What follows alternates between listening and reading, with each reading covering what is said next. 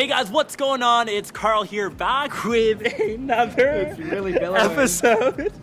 Windy day in Cupertino.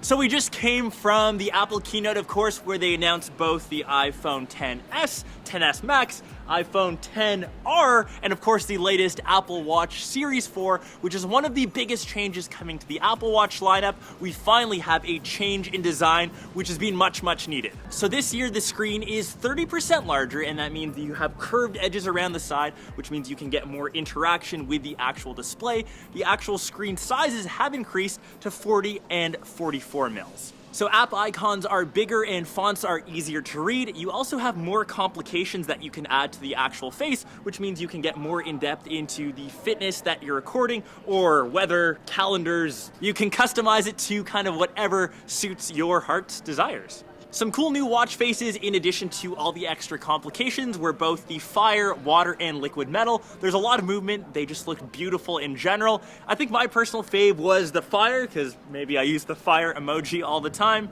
Nick? Kind of like the bicep emoji. Another big design change that they've done is improve the crown. So now there's haptic feedback. When you're scrolling through, you'll feel those tiny vibrations, very precise, and gives you, as I said, some sort of feedback that you're clicking through the menu system. Extra little design changes that help keep you connected. The speaker is now 50% louder, and the microphone is actually placed on the other side to help reduce echo, and that should help you use your Apple Watch more for taking calls and just leaving, say, your iPhone at home. The design changes also switch around to the back, which is being completely redesigned, is now made out of black ceramic and sapphire. This in turn helps with cellular reception, as that allows the cellular bands to transfer easily through both sides of actually the Apple Watch. We've got a new chipset inside to make sure all of your functions and apps run smoothly. It's the new S4 chip, which is 2 times faster than last year. There's a new improved accelerometer built in, which will detect falls, which is great for, say, older people that really need to rely on their Apple Watch for their health.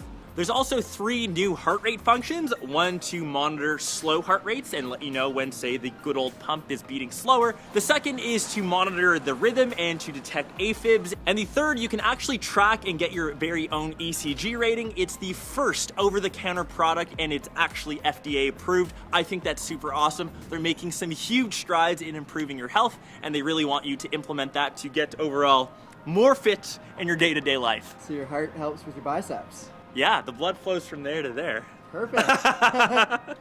With all those new improvements, Series 4 still has the same awesome battery life. That's 18 hours, so that's around a day and a half of use. There's a new finish of gold stainless, and I think the coolest thing that Apple decided to do, all the bands are compatible from previous series, so if you had an Apple Watch 3, those will fit your brand new Series 4 watch, and not to mention the Series 3 is coming down in price. Series 4 drops for $399 for GPS, $499 for cellular, and $279 for the Series 3 for those that want to save a bit of money. And of course, you guys know my favorite collab, Nike. They actually have a new band that has reflective strips, so you guys can see me running in the dark. That's probably the one I will end up getting. Let me know which your favorite one was, and if you're picking up the new Series 4 Apple Watch. Hope you guys enjoyed my coverage here at Apple Campus in the Steve Jobs Theater, and hope to catch you guys in more of my upcoming coverage. Catch you guys then in one of my next episodes or vlogs.